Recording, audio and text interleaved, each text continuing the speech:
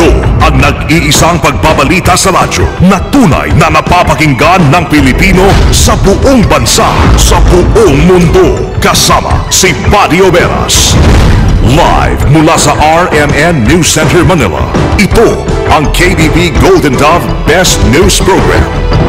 RMN News Nationwide. Ngayong tanghali sa RMN News Nationwide, patay sa Boston terror attack, umabot na sa 3. DFA tiniyak na walang Pinoy ang nadamay. Habang sa report ng WRMN New York, sa 20 anyos sa Saudi National, iniimbestigahan. Meron lang sinasabi ang ating mga ka-affiliate na mga istasyon dito ng radyo, isang Saudi National ang under suspicion ng Homeland Security. Malawakang kilos protesta ng mga manggagawa, kasado na. KMU nagbanta ng serye ng kilos protesta laban sa Department of Labor and Employment. Ito po ay bilang paghahanda sa gagawing kalampahan ng mga manggagawa at manggagawa at maralita bukas po, no? Abril 17 sa maraming sentro ng protesta na malapit sa mga komunidad. Grupong Kontradaya binara ang pinagmamalaking kahandaan ng COMELEC sa May 13 election. So, ang whole question niya sa preparation ng COMELEC ay yung trustworthiness ng paggamit ng PICOS na mahirap burahin. Ang huling araw ho ng filing ng income tax return naging maayos. Ang BIR inaalam na kung sino yung mga dapat ma-audit at hindi nagbayad ng tamang buwis. Maganda, is marami pa rin nagdagsaan sa huling araw, no? Balitang pagkalakalan, local at foreign investment sa bansa noong nakarang taon umabot sa 670 billion pesos. Abroad na balita, North Korea nagbigay ng ultimatum laban sa patuloy na anti-North Korean activities ng South Korea. Buong pagsasang boses ng balita. RMN News Nationwide. Sa hirap ng buhay, paano hahanap ang buhay? Basta may hanap buhay. Hanep buhay sa handicraft. Mrs. Hanep buhay. Hanep buhay sa konstruksyon. Kay Mrs. Hanep buhay. Hanep buhay sa pagpabrika. Kay Mrs. Hanep buhay. Mahanep na ang buhay. Kay Mrs. Villar. Mrs. Cynthia Villar for Senator. Political advertisement paid for Cynthia Villar, Masibay Street, BFRV, Las Piñas City. Political advertisement paid by Jane Inte, Aurelio Street, BFRV, Las Piñas City. Escudero, pagbabago. Tulungan at hindi kompetisyon. Sama-sama at hindi kanya-kanya. Ito ang susi at tulay ng ating pagkakaisa. Political advertisement paid for and by Cheese Escudero, Buhatan, Sorsogon City, Sorsogon. Ikaw ba ay handa na sa misyong bumoto sa Mayo 13? Kilala mo na ba ang mga taong nangangako ngayon ng magandang pagbabago sa buhay, sa pamilya, sa mga anak at bayan mo? Alam mo na ba kung saan presinto ka bumoto? Kasama bilang na ang mga araw. 27 days na lang, eleksyon na! Election 2013, boboto ako! Sino-sino ang mga tatatakan mo sa balota? Ilang segundo lang yan. Kapalit ay ilang taong panunungkulan sa bayan o ilang taong pagsasamantala sa kapangyarihan. Por favor, iboto ang tamang tao.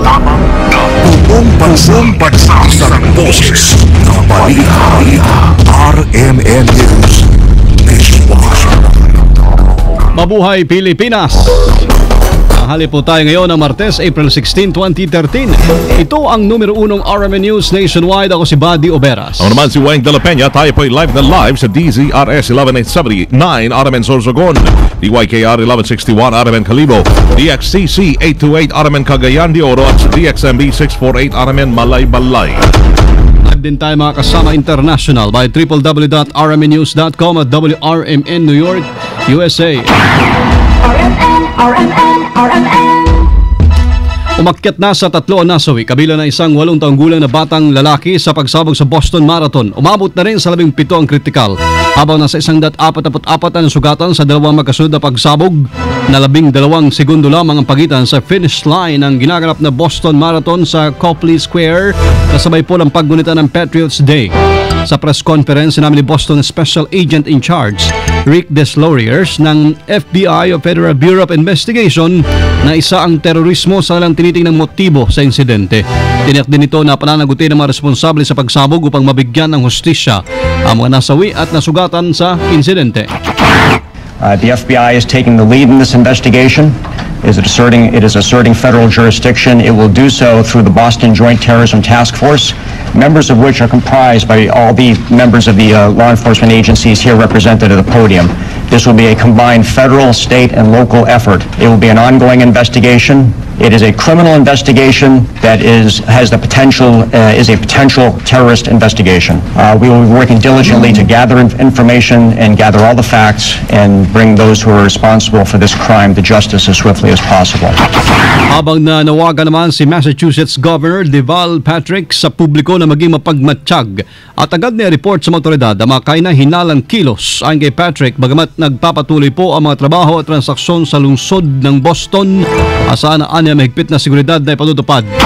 The City of Boston is open and will be open tomorrow, but it will not be business as usual. There will be a heightened law enforcement presence consistent with the severity and seriousness of the ongoing investigation. People should expect that there will be random checks of backpacks and other parcels, and we just ask everyone to be patient with that inconvenience for the time being. It is for the public's safety. We're also asking that everyone be on a state of heightened vigilance. Please report suspicious packages or parcels or suspicious activity to local law enforcement.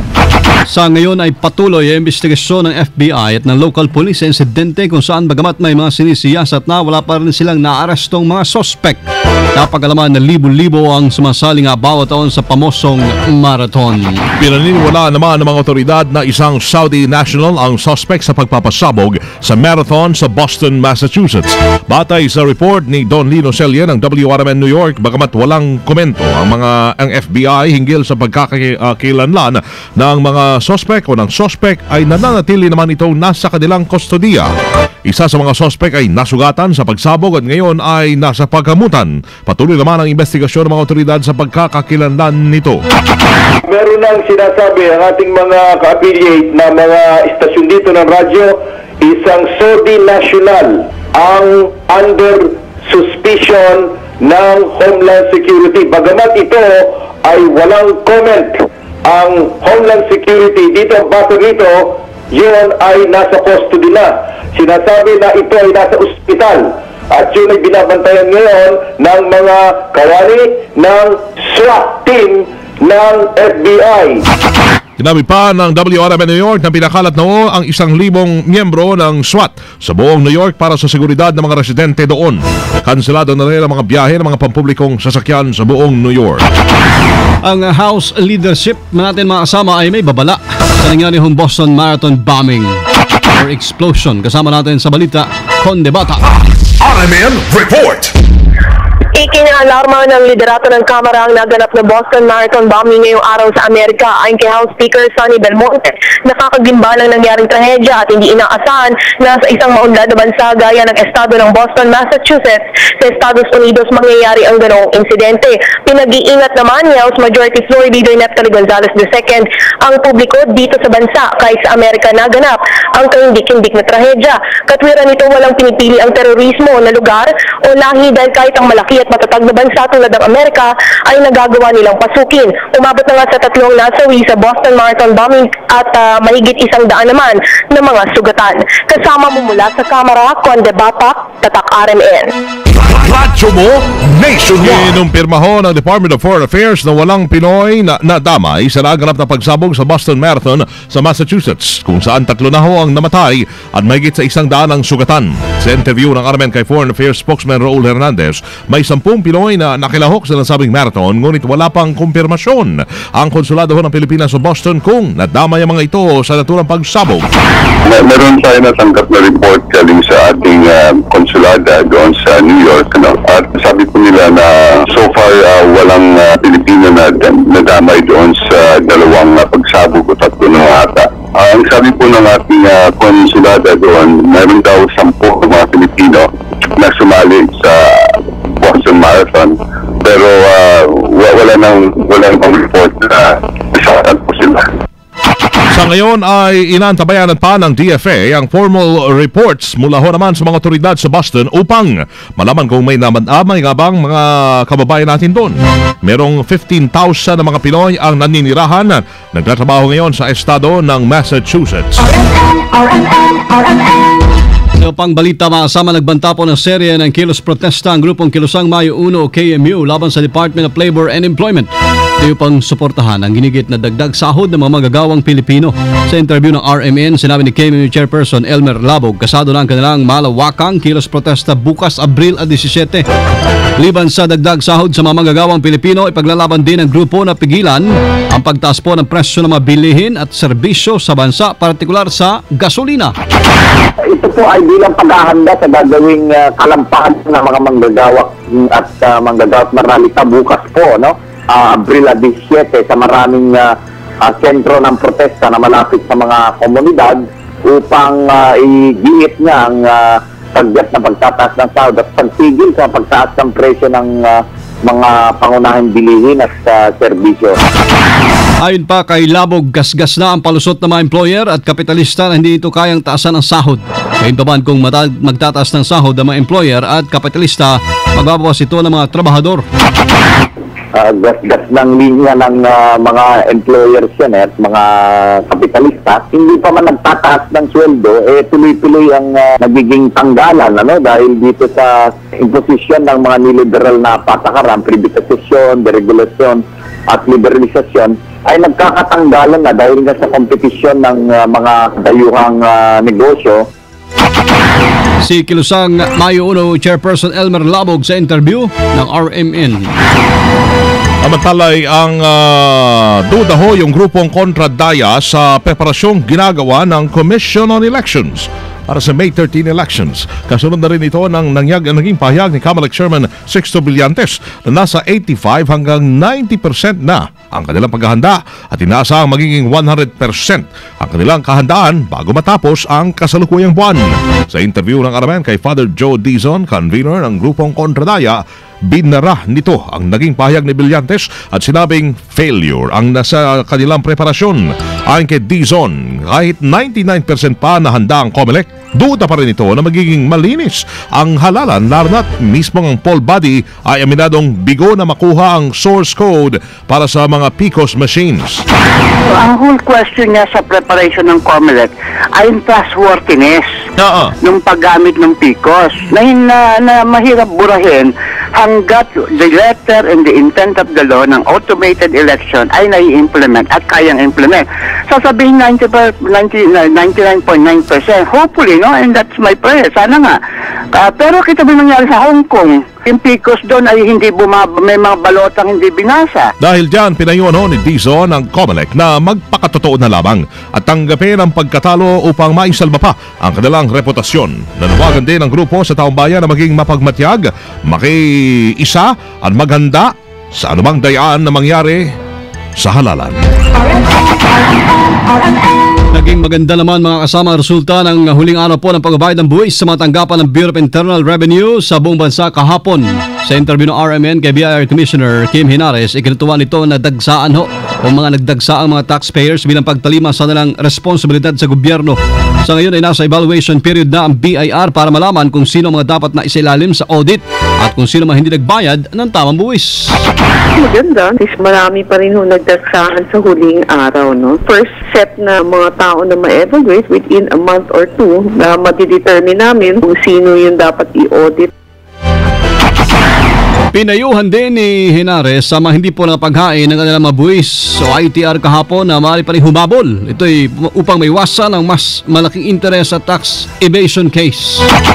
File ho nila sa madaling panahon. Yung surcharge, meron ho yun, 25%. Ay yung interest na 20% per annum, tumatakbo yan habang tumatagal. Lumalaki ng lumalaki, tapos may compromise penalty, baka ho kayo mga tax evasion. CBIR Kim Henares sa interview ng RMN. Sa mga report naman natin ngayong umaga, ngayong tanghali ng live, Brunei, suportad din ang mapayapang resolusyon sa West Philippine Sea issue. Sama natin sa balita live, Deo de Guzman. RMN Report!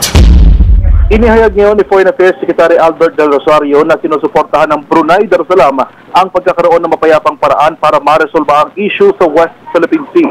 Ayon kay Foreign Affairs Secretary Albert Del Rosario, umaasa silang magkakaroon ng magandang pananaw ang mga bansang miyembro ng Association of Southeast Asian Nation na pinangungunahan ngayong buwan na ito ng Brunei Darussalam. Umaasa anya silang mapagtitibay sa gagawing ASEAN Summit ngayong buwan ang Code of Conduct sa West Philippine Sea kung saan kabilang sa claimants ang Pilipinas, China, Malaysia, Vietnam at Brunei. Sa ngayon ay nagkakaroon ng state luncheon si Pangulong Ninoy Aquino kasama ang Sultan ng Brunei, pati na ang delegado nito at ang gabinete ng Pangulo. Kasama mo sa Palasyo ng Malacanang, Deo de Guzman, Tata, RMN. Radyo mo nationwide. Base militar na Amerika magdudulot naman ng panganib sa bansa. Sama natin sa Balita Live, Grace Mariano. RMN Report! Inawat ni Senator Chapisto T.G. Gingola III, sina Defense Secretary Voltaire Yasmin at Foreign Affairs Secretary Albert Del Rosario sa pagiging bukas na muling buhayan ng base militar ng Estados Unidos dito sa ating bansa. Ito ay sakaling matuloy ang gera sa Korean Peninsula. Naniniwala kasi si Gingola na manganganib ang buong bansa kapag may base militar dito ang Amerika na posibleng punteriyahin ng North Korea o ng sinumang kalaban nito. Paliwanag pa ni Gingola, hindi maaaring basta na lamang gawing launching pad ng Amerikang Pilipinas dahil mayroon din itong requirements ang saligang batas. May emergency man anya o wala, dapat masunod ang nakasaad sa Article 18, Section 25 ng Constitution na bago pa hintulutan ang mga base militar, tropa o pasilidad ay kailangan muna ng isang treaty o kasunduan. Pangalawa, dapat ratifikasyon o 2/3 ng boto ng Senado sa kasunduan. Dapat din ay merong national referendum kapag hiningi nito kapag hiningi ito ng Kongreso, at dapat din kilalanin ng Amerika o ng kabilang bansa ng tratado ang pinasok nito kasama ang Pilipinas. Kasama mo sa Senado, Grace Mariano, Tatak, RMN. Radyo mo nationwide. Mga kinatawan ng Pulse Asia at SWS humarap sa pagdinig sa COMELEC. Sama natin sa Balita Live, Angel Ronquillo. RMN Report!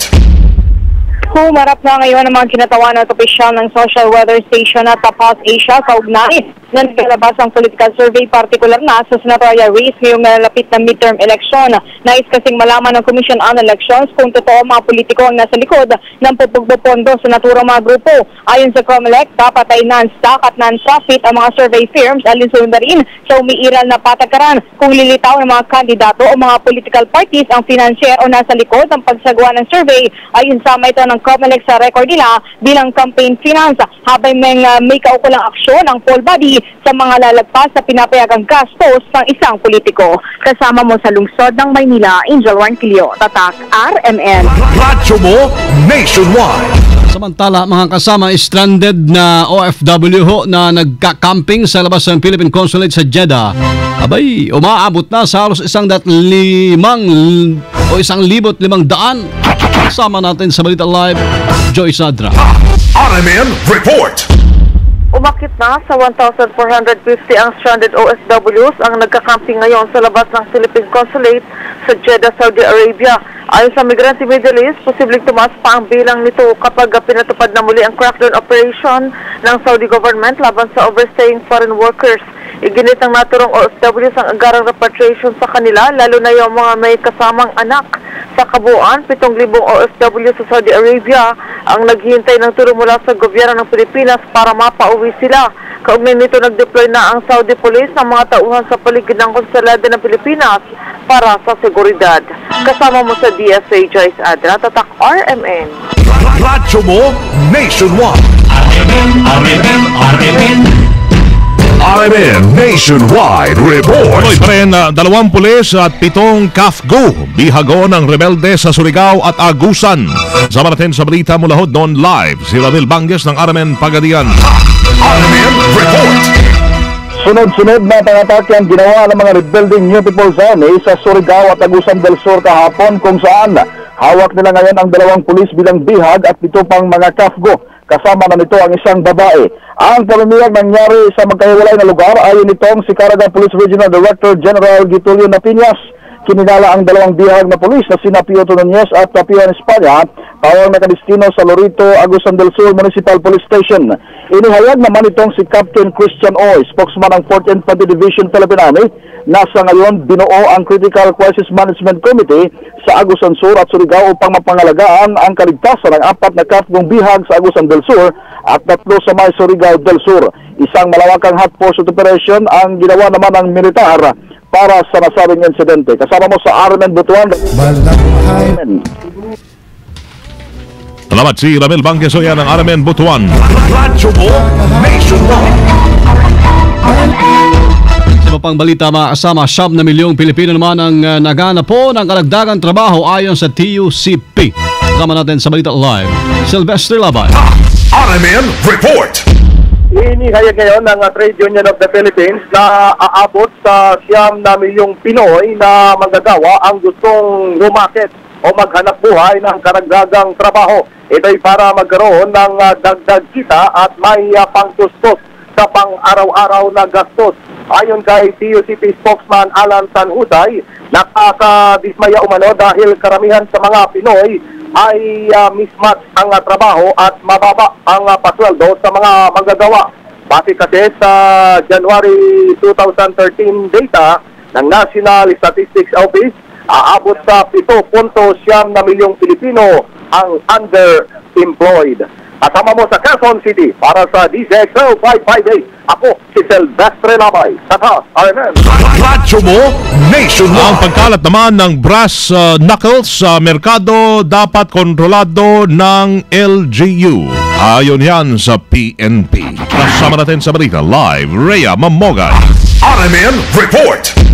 Nasa desisyon na ng pamahalaang lokal kung paano mapipigilan ang pagkalat ng mga armas na maring magamit sa karahasan dahil sa tingin pa ma-regulate gaya ng brass knuckles. Ito ang inihayag ni PNP Chief Director General Alan Purisma kasunod ng pagtatay umano ng isang high school student sa klase nito sa Taguig City na ang punot-tuloy ng kanilang away dahil sa basketball. Ayon kay Purisma, malaki ang magagawa ng isang city ordinance upang mapigilan ang lantarang pagbebenta ng nagkalat na brass knuckles at maihahay ito bilang isang deadly weapon. Dagdag pa ni Purisima na kung hindi man ito maisama sa kategoryang deadly weapon, mahalagaan niya ma-regulate ang pagbebenta nito at ang kinakatiwalaan ng iba na gagamitin self-defense. Kasama mo sa Campo Crame, Rhea Mamogay. Tapos, RMN. Radyo mo nationwide. RMN. Mission 2013. Boboto ako. Tagumpay po inilusad noong Abril 12, mga kasamang kanon ng Google Hangout para sa mga senatorial candidate. Kasama na si Team Pinoy Senatorial Candidate Alan Peter Cayetano at ang kapamilya host na si Bianca Gonzales.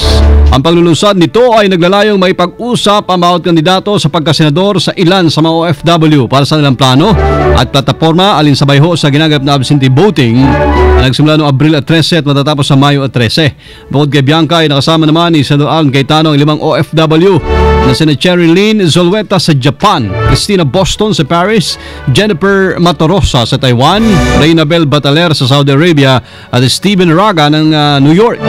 Dito pinaliwanag ni Cayetano iba't ibang issue na may kinalaman ho sa presyo, kita, trabaho na nakaka-apekto sa buhay ng mga OFW habang sila nagtatrabaho sa ibayong dagat. Binigyan din pang pansin ho ni Cayetano ang mga problema ng mga OFW sa mga ahensya ng Philippine Overseas Employment Administration o POEA, din sa OWA o Overseas Workers Welfare Administration. Sa bilang banda, ang Google Hangout ay isang application ng Google na kung saan pwede mag-usap naman online ang 5 tao o higit pa. Mission 2013. Boboto ako. RMN News Negosyo. Umabot po sa 670 billion pesos ang abang foreign at local investment sa buong bansa noong nakaraang taon base sa ulat na nilabas ng Board of Investment ng DTI, Department of Trade and Industry. Ang Board of Investment ang pinakamalaking promotional market ng bansa sa international marketing investment. Sa nasabing halaga, kalahati dito ay galing sa mga foreign companies o international investment. Bukod dito, inaitala rin noong nakaraang taon ang pinakamataas ng inbound investment mission o yung pinakamaraming delegasyon o kumpanyang bumisita sa bansa. Sa interview ng RMN kay Angelica Cayas, direktor ng BOI, sinabi nitong unti-unti nang bumabalik ang tiwala ng mga foreign investors sa bansa. Kasunod dyan ay ang paglalagay ng mga dayuhan ng kanilang mga negosyo sa Pilipinas na magiging sagot sa mataas na unemployment rate sa bansa. We recorded 106% increase from that of last year. Ibig ho sabihin nito, marami hong nagiging interesado, tinitignan ng Pilipinas para sa kanilang negosyo. Si Angelica Cayas, Director 3 ng Board of Investment ho ng DTI sa RMN. RMN News Abroad. Nagbigay ho ng bagong ultimatum ang North Korea kasabay ng paggunita ng kaarawan ng founder nitong si Kim Il-sung. Ito'y sa pamamagitan ng panibagong military action laban sa South Korea. Ayon sa Pyongyang, kanilang gagawin ang ganti at hindi na magbibigay ng anumang abiso sa Seoul. Gid pa ng Pyongyang, patuloy ang anti-North Korean activities ng South Korea sa kabila ng paghingi nito ng dialogo upang humupa na ang tensyon. Live mga kasama mula po sa RMN News Center, Makati City, Metro Manila, Philippines. Inyong narinig muli ang numero 1 RMN News nationwide ngayong pong Martes na tanghali, April 16, 2013. Mga nasa Davao, mayang udto, susunod na ho dyan si kasamang Merly Comidoy sa RMN News Diretso Balitang Davao sa DXDC 621. Panoorin po mga kasama aming pagbabalita ngayong tanghali sa YouTube dyan. Type lamang ang RMN News Nationwide. At kasama nyo sa serbisyo publiko from the province of Occidental Mindoro, si Badio Veras. At ang naman si Wang de la Peña. Dito pa rin makasama sa tahanan po ng may pinakamaraming number 1 sa 2013. Pinakamaraming himpilan pa rin sa 2013. Ang RMN, radyo mo nationwide. 60 years ng maasahang public service nationwide. Pinakamalaking mga balita abot sa bawat Pilipino saan man sa bansa. RMN News Nationwide. Alas 12:28 na. Handog ng Lunas Kalusugan. Free